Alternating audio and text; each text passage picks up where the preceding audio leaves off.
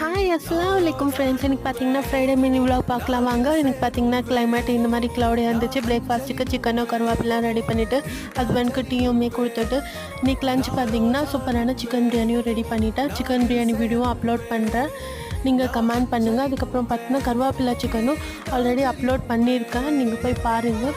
அதுக்கப்புறம் பார்த்திங்கன்னா சூப்பராக இன்றைக்கி லஞ்சு குக்கிங் பண்ணி முடிச்சுட்டு எல்லா வேலையும் முடிச்சுட்டு பார்த்திங்கன்னா ரெடி ஆகிட்டு வந்துட்டேன். நமாஸ்க்கு தொழுகைக்கு முதல்ல 5 அகர்பத்தியும் எரிய வச்சுட்டு அதுக்கப்புறம் தான் நமாஸ் படிக்க ஸ்டார்ட் பண்ணுவேன். நமாஸ் குரான் யாசின் எல்லாமே படித்து முடிச்சுட்டு பார்த்திங்கன்னா சூப்பராக லஞ்சு சாப்பிட்டு முடிச்சுட்டு கிளைமேட்டை பார்க்க போயிருந்தேன்.